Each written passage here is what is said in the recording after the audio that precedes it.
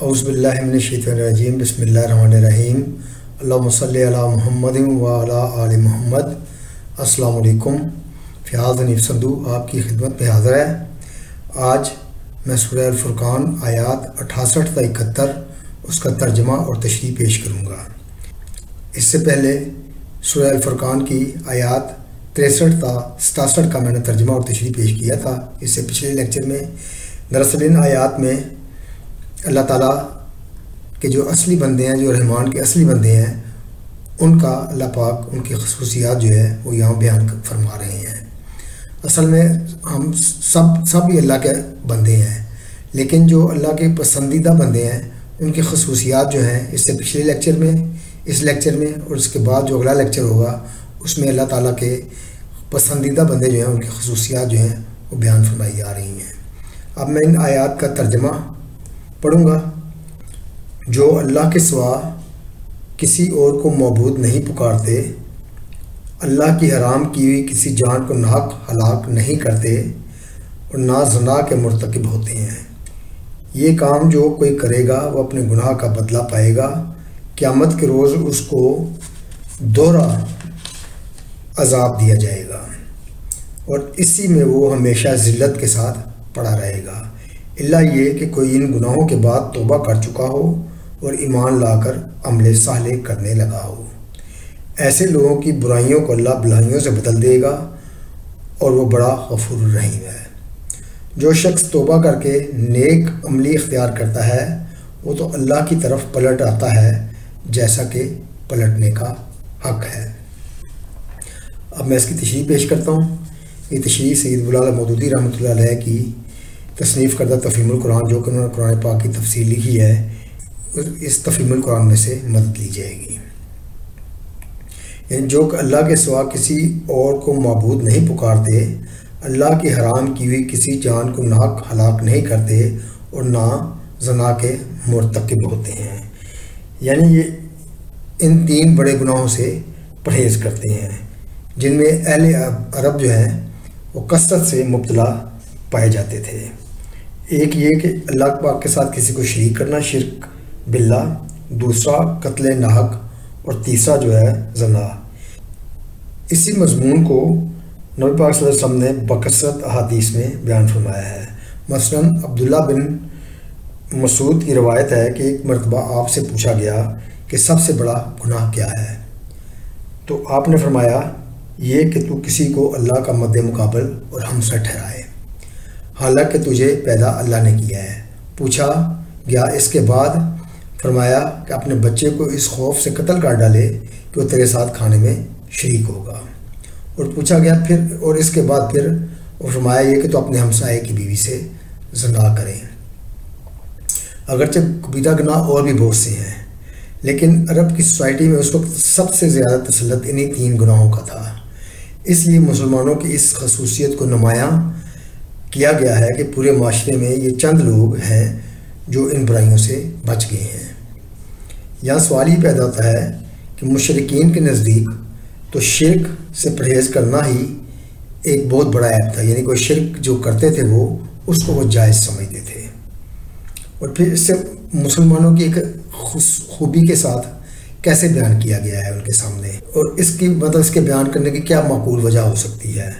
اس کا جواب یہ ہے کہ اہل عرب اگرچہ شرک میں مبتلا تھے اور سخت تعصب کی حد تک مبتلا تھے، مگر در حقیقت اس شرک کی جڑیں اوپری سطح تک ہی محدود تھیں، کچھ گہری اتری ہوئی نہ تھیں، اور دنیا میں کبھی بھی شرک کی جڑیں انسانی فطرت میں گہری اتری ہوئی نہیں ہوتی ہیں۔ اس کے برعکس خالص خدا پرستی کی عظمت ان کے ذہن کی گہرائیوں میں رچی ہوئی موجود ہوتی ہے، جس کو ابھارنے کے لیے اوپر کی سطح کو بس ذرا زور سے کھرچ دینے کی ضرورت ہوتی ہے۔ جاہلیت کی تاریخ کے متعدد واقعات جو ہیں وہ ان باتوں کی شہادت دیتے ہیں۔ جیسے جب ابرہہ جو تھا اس کے حملے کے موقع پر قریش کا بچہ یہ جانتا تھا کہ خانہ کعبہ میں جو انہوں نے بت رکھے ہوئے ہیں وہ انہیں ابرہہ کے لشکر جو ہے اس سے نہیں بچا سکتے، اور متعدد اس وقت کے شاعر جو تھے ان کے قصیدے اور ان کے شعر جو ہیں موجود ہیں جو کہ اس بات کی عکاسی کرتے تھے کہ وہ بخوبی جانتے تھے کہ یہ بت جو ہیں وہ ان کو ابرہہ سے نہیں بچا سکتے، اور اس کا دوسری طرف کا پہلو تھا وہ بھی نہایت شدید تھا۔ ابرہہ کا لشکر جب طائف کے پاس سے گزرا تو طائف کے لوگوں کو یہ خطرہ لاحق ہوا کہ کہیں ابرہہ ان کا جو مندر ہے، جو ان کا معبود ہے لات، اس کے مندر کو نہ کہیں گرا دے۔ انہوں نے اپنی خدمات کعبہ کو گرانے اور منہدم کرنے کے لیے ان کے سامنے اپنی خدمات پیش کر دیں، اور چند افراد کا ایک گروہ اس کے ساتھ روانہ کیا جو کہ اسے پہاڑی راستوں سے بخریت مکہ تک لے کر گیا۔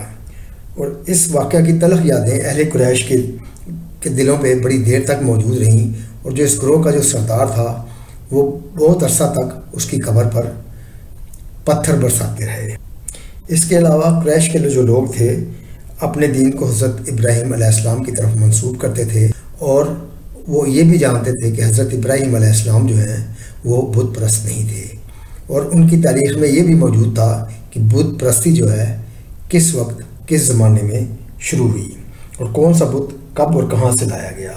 اور اپنے معبودوں کی جو ان کی جیسی وہ عزت کرتے تھے، ایک عام عرب کے دل میں جو ان کی عزت تھی اس کا اندازہ چند واقعات سے لگایا جا سکتا ہے کہ جب کبھی ان کی دعاؤں اور تمنائیں جو ہیں وہ پوری نہیں ہوتی تھیں تو بسا اوقات اپنے معبود جو تھے بت تھے ان کی وہ توہین کر ڈالتے تھے، اور اس کی نظر و نیاز جو تھی اس سے ہاتھ کھینچ لیتے تھے۔ ایک عرب اپنے باپ کے قاتل کا بدلہ لینا چاہتا تھا، اس ایک ذوالخلصہ نامی بت کے آستانے پر جا کر اس نے فال نکلوائی، اور جواب نکلا کہ یہ کام نہیں ہو سکتا۔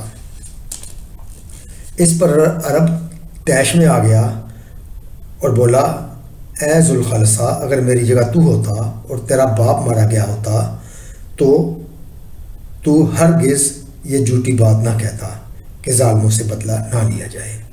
ایک اور عرب اپنے اونٹوں کا غلہ اپنے معبود سعد نامی کے آستانے پر لے گئے تاکہ ان کے لیے برکت حاصل کریں۔ ایک لمبا تڑنگا بت تھا جس پر قربانیوں کا خون لتھڑا ہوا تھا۔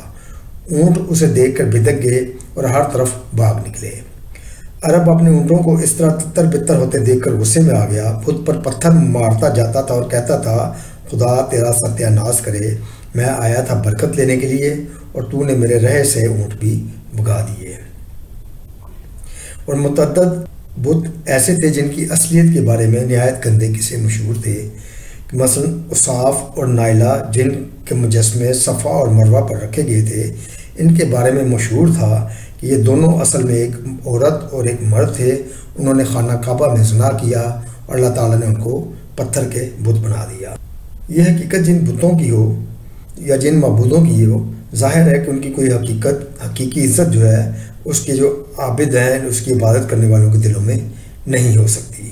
ان مختلف پہلوؤں کو نگاہ میں رکھا جائے تو یہ بات بآسانی سمجھ میں آ جاتی ہے کہ خالد خدا پرستی ایک گہری قدر و منزلت تو دلوں میں موجود تھی، مگر ایک جاہلانہ قدامت پرستی نے اس کو دبا رکھا تھا۔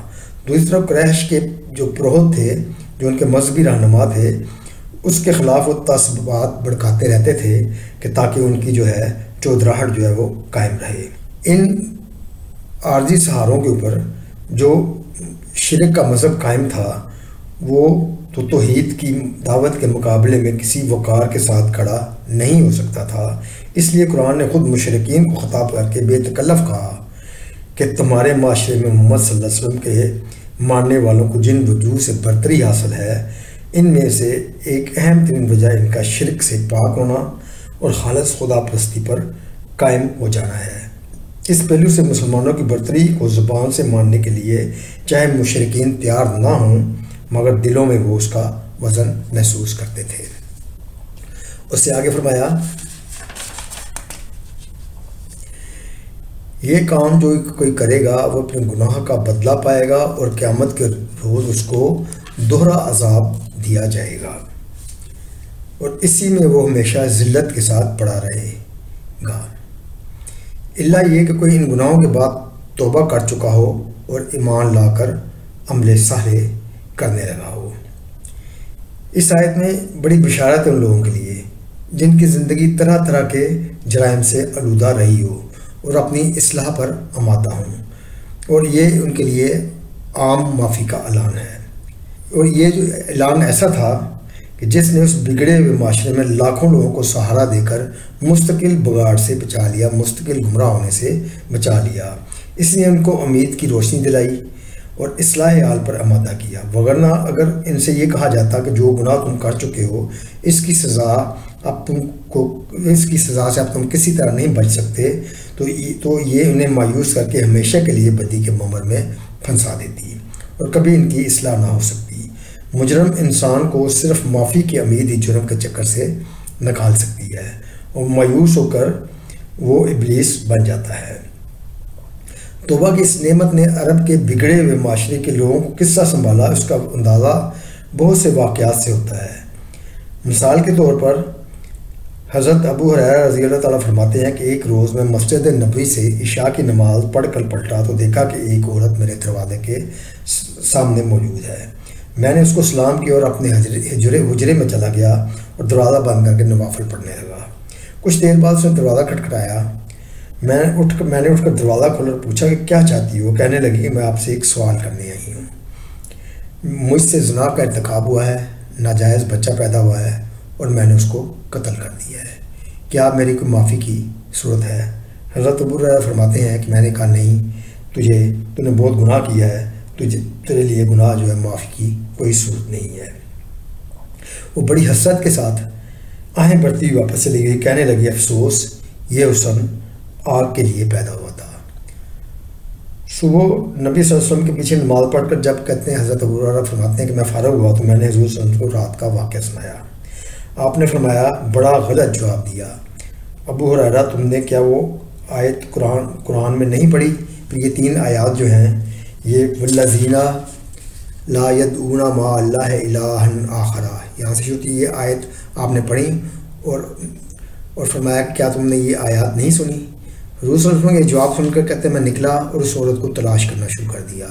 رات کو عشائی کے وقت وہ مجھے ملی، میں نے اسے بشارت دی اور بتایا کہ سرکار رسالت مآب صلی اللہ علیہ وسلم نے تیرے سوال کا یہ جواب دیا ہے۔ وہ سنتے ہی سجدے میں گر گئی اور کہنے لگی شکر ہے اس خدائے پاک کا جس نے میرے لیے معافی کا دروازہ کھولا۔ پھر اس نے گناہ سے توبہ کی، اپنی لونڈی اور اس کے بیٹے کو آزاد کر دیا۔ اس سے ملتا جلتا ایک واقعہ ایک بوڑھے شخص کا ہے جس نے حضور صلی اللہ علیہ وسلم سے عرض کیا یا رسول اللہ صلی اللہ علیہ وسلم، میری زندگی گناہوں میں گزری ہے، میں نے بہت گناہ کیے ہیں، میں نے کوئی ایسا گناہ نہیں ہے جو کہ میں نے چھوڑا ہو، تو کیا میرے لیے کوئی معافی کی کوئی صورت موجود ہے؟ اس نے فرمایا اس شخص نے کہ اگر میں اپنے گناہ جو ہے تمام روئے زمین کے باشندوں پر تقسیم کر دوں تو وہ سب کو لے ڈوبیں گے، تو کیا اب بھی میری معافی کی کوئی صورت ہے؟ آپ صلی اللہ علیہ وسلم نے فرمایا کیا تو نے اسلام قبول کر لیا ہے؟ اس نے عرض کیا میں گواہی دیتا ہوں کہ اللہ کے سوا کوئی معبود نہیں اور محمد صلی اللہ علیہ وسلم اللہ کے رسول ہیں۔ فرمایا جا، اللہ معاف کرنے والا اور تیری برائیوں کو بھلائی سے بدل دینے والا ہے۔ اس نے عرض کیا میرے سارے جرم اور قصور؟ فرمایا ہاں تیرے سارے جرم اور قصور۔ اس سے آگے فرمایا یہ کام جو کوئی کرے گا وہ اپنے گناہ کا بدلہ پائے گا، قیامت کے روز اس کو دورہ عذاب دیا جائے گا اور اسی میں وہ ہمیشہ ذلت کے ساتھ پڑا رہے گا، اللہ یہ کوئی ان گناہوں کے بعد توبہ کر چکا ہو اور ایمان لا کر عمل صالح کرنے لگا ہو۔ اس کی تشریح میں پہلے بیان کر چکا ہوں۔ آگے فرمایا ایسے لوگوں کی برائیوں کو اللہ بھلائیوں سے بدل دے گا اور بڑا غفور رحیم ہے۔ یعنی کہ اس کے 2 مطلب ہیں، ایک یہ کہ جب وہ توبہ کر لیں گے تو کفر کی زندگی میں جو برے اعمال وہ کیا کرتے تھے ان کی جگہ اب انہوں نے نیک اعمال شروع کر دیے ہیں اور اطاعت اور ایمان کی زندگی میں اللہ کی توفیق سے نیک افعال نیک اعمال کرنے لگے ہیں، اور تمام برائیوں کی جگہ ان بھلائیوں نے اچھے کاموں میں لے لی ہے۔ دوسرا یہ کہ جو انہوں نے کفر کی زندگی میں کیے تھے ان کی جگہ ہر ایک کے نامہ اعمال میں نیکی لکھ دی جائے گی کہ یہ وہ بندہ ہے جس نے بغاوت نافرمانی چھوڑ کر اطاعت و فرمانبرداری اختیار کر لی۔ پھر جتنی بار بھی اپنی سابقہ زندگی کے برے اعمال کو یاد کر کے نادم ہوا ہوگا اور اس نے اپنے خدا سے استغفار کیا ہوگا، اس کے حساب میں اتنی ہی نیکیاں لکھ دی جائیں گی، کیونکہ خطا پر شرمسار ہونا اور معافی مانگنا بجائے خود ایک نیکی ہے۔ اس طرح اس کے نامہ اعمال میں تمام پچھلی برائیوں کی جگہ بھلائیاں لے لیں گی اور اس کا انجام صرف سزا سے بچ جانے تک ہی محدود نہ رہے گا بلکہ الٹا انعامات سے سرفراز ہوگا۔ اس سے آگے فرمایا جو شخص توبہ کر کے نیک عملی اختیار کرے گا وہ تو اللہ کی طرف پلٹ آتا ہے جیسا کہ پلٹنے کا حق ہے. یعنی کہ فطرت کے اعتبار سے بندے کا اصل جو یعنی کہ اس کا جو رجوع کرنا ہے وہ اللہ پاک کی بارگاہ ہی ہے، اور اخلاقی حیثیت سے بھی وہی ایک بارگاہ ہے جس کی طرف سے پلٹنا چاہیے، اور نتیجے کے اعتبار سے بھی اس بارگاہ کی طرف پلٹنا مفید ہے، ورنہ کوئی دوسری جگہ ایسی نہیں ہے جدھر رجوع کر کے وہ سزا سے بچ سکے یا ثواب پا سکے. علاوہ بریں اس کا مطلب یہ بھی ہے کہ وہ پلٹ کر ایک ایسی بارگاہ کی طرف جاتا ہے جو واقعی پلٹنے کے قابل جگہ بہترین بارگاہ ہے، جہاں سے تمام بھلائیاں ملتی ہیں، جہاں سے قصوروں پر شرمسار ہونے والے دھتکارے نہیں جاتے بلکہ معافی اور انعام سے نوازے جاتے ہیں، جہاں معافیاں مانگنے والے کے جرم نہیں گنے جاتے بلکہ یہ دیکھا جاتا ہے کہ اس نے توبہ کر کے اپنی اصلاح کتنی کر لی، جہاں بندے کو وہ آقا ملتا ہے جو انتقام پر خار کھائے نہیں بیٹھا ہے بلکہ اپنے ہر شرمسار غلام کے لیے دامن رحمت کھولے ہوئے ہے. صدق اللہ العظیم. دعا میں یاد رکھیے گا. انشاءاللہ اس سے اگلا لیکچر جو ہے وہ بھی اسی سلسلے کا ایک کنٹینیوشن ہے، ایک تسلسل ہے کہ رحمان کے جو اصلی خالص بندے ہیں، نیک بندے ہیں، جو اللہ تعالیٰ کے پسندیدہ بندے ہیں، ان کی کیا خصوصیات ہیں. والسلام.